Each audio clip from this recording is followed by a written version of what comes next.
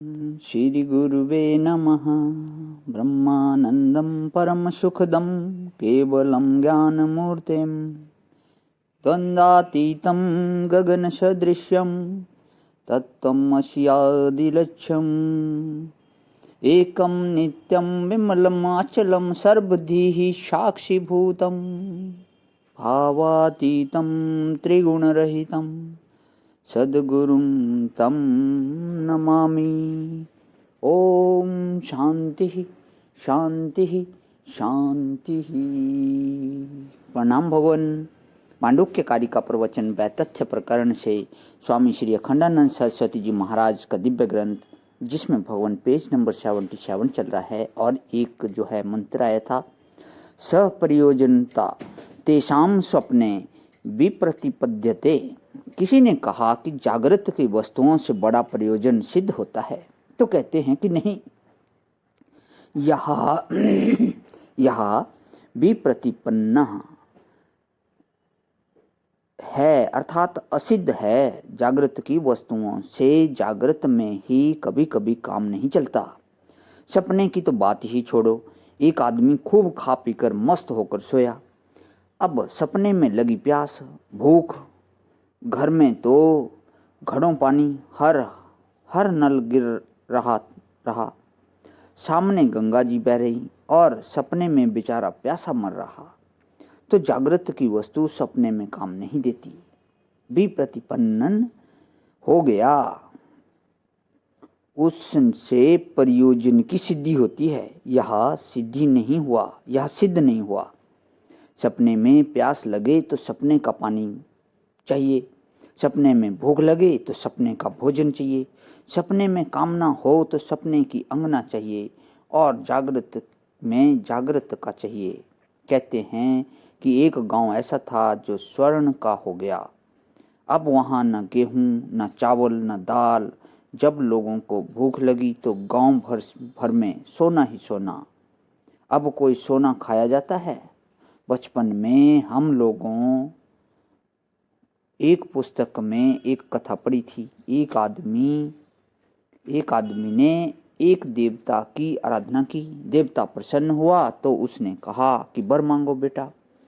तो उसने कहा कि हम यह वर मांगते हैं कि जिस चीज को छुएं तो वह स्वर्ण हो जाए। देवता को हंसी तो आई, पर उसने कहा कि अच्छी बात है।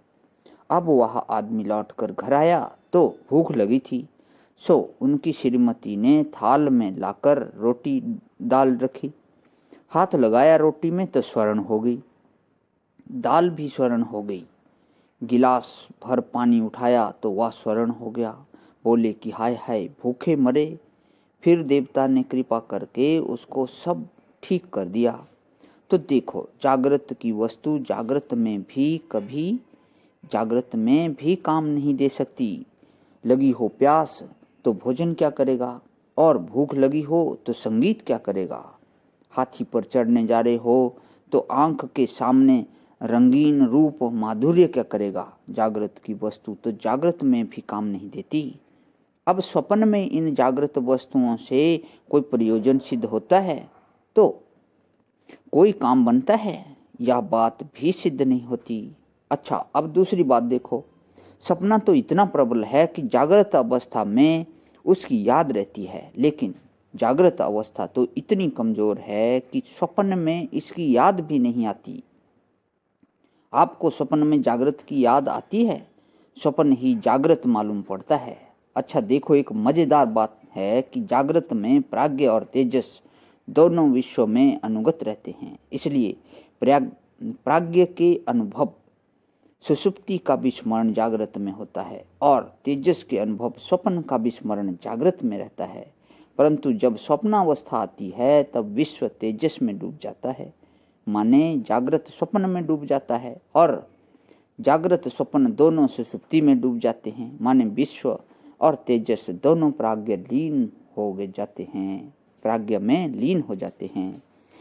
इसी से जागृत में स्वप्न और सुषुप्ति की स्मृति होती है।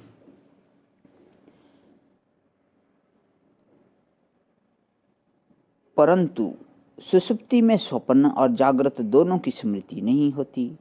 और स्वप्न में जागृत की स्मृति नहीं होती। यह एक प्रश्न है कि याद क्यों नहीं आता। साक्षी विश्व के यंत्रों को छोड़कर स्वप्न में रहता है और तेजस के यंत्रों को छोड़कर सुषुप्ति में रहता है, और विश्व, तेजस और प्राज्ञ तीनों के यंत्रों को छोड़कर वह एक साक्षी है। इसलिए जो यंत्रगत वैषम्य है वह जैसे बिजली पर नहीं लगता। आपका बल्ब फ्यूज हो जाए तो इसका मतलब यह तो नहीं हुआ कि बिजली का नाश हो गया। मशीन में कोई खराबी आवे तो उससे बिजली का तो कोई नुकसान नहीं हुआ ना। इसी प्रकार जागृत में जो धर्म अधर्म है, स्वप्न में जो सुख दुख है, सुषुप्ति में जो विश्राम है, इसके साथ साक्षी आत्मा का कोई संबंध नहीं है। साक्षी तो साक्षी है। दुनिया का व्यवहार चाहे आवे चाहे जाए, सपना आवे चाहे जाए, सुषुप्ति भी चाहे तामस हो चाहे राजस हो चाहे सात्विक हो, जिस सुषुप्ति के बाद चित्त प्रसन्न होता है वह सात्विक, जिस सुषुप्ति के बाद तकलीफ मालूम होती है वह राजस, और जिस सुषुप्ति के बाद निद्रा आलस लगा रहे, ऊंघ आती रहे वह तामस। तो देखो भाई, असल में सच्चे और झूठे की यही पहचान है कि जिसमें आदि और अंत है वह वर्तमान में भी मुट्ठी में नहीं है।